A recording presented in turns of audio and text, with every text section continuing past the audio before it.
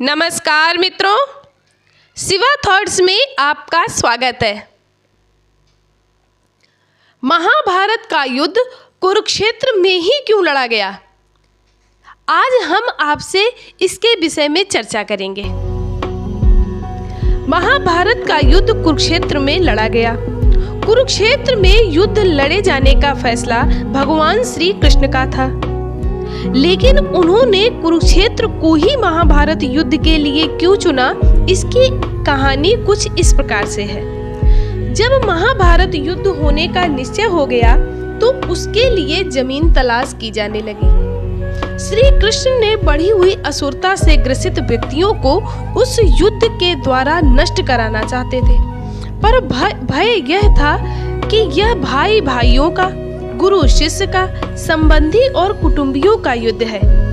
एक दूसरे को मरते देखकर कहीं ये आपस में संधि ना कर बैठे, इसलिए ऐसी भूमि का चयन होना चाहिए जहां क्रोध और द्वेष के संस्कार पर्याप्त मात्रा में हों। ऐसा विचार कर श्री कृष्ण ने अनेकों दूत अनेकों दिशाओं में भेजे और वहां की घटनाओं का वर्णन आकर उन्हें सुनाए, ऐसा दूत को आदेश दिया।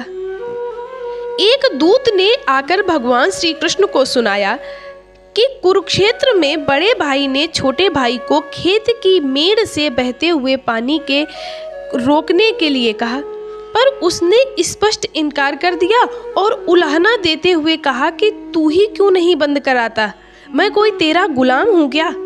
इस पर बड़ा भाई आग बबूला हो गया और उसने छोटे भाई को छुरे से गोद डाला और उसकी लाश को पैर पकड़कर घसीटता हुआ उस मेड़ के पास ले गया और जहां से पानी निकल रहा था वहां उस लाश को पैर से कुचलकर लगा दिया। इस नृशंसता को सुनकर श्री कृष्ण ने निश्चय किया कि यह भूमि भाई भाई के युद्ध के लिए उपयुक्त है। यहाँ पहुँचने पर उनके मस्तिष्क पर जो प्रभाव पड़ेगा उससे परस्पर प्रेम उत्पन्न होने या संधि चर्चा चलने तक की संभावना न रहेगी। वह स्थान कुरुक्षेत्र था, वहीं युद्ध रचा गया। महाभारत की यह कथा इंगित करती है कि शुभ और अशुभ विचारों एवं कर्मों के संस्कार भूमि में देर तक समाये रहते हैं। इसीलिए ऐसी भूमि में ही निवास करना चाहिए जहां शुभ विचारों और शुभ कार्यों का समावेश रहा हो। हम आपको ऐसी ही एक कहानी और सुनाते हैं जो कि श्रवण कुमार के जीवन से संबंधित है। श्रवण कुमार के माता पिता अंधे थे। वे उनकी सेवा पूरी तत्परता से करते थे, किसी प्रकार का कष्ट नहीं होने देते। एक बार माता पिता ने तीर्थ यात्रा की इच्छा की। श्रवण कुमार ने कांवर बनाकर दोनों को उसमें बिठाया और उन्हें लेकर तीर्थ यात्रा को चल दिए।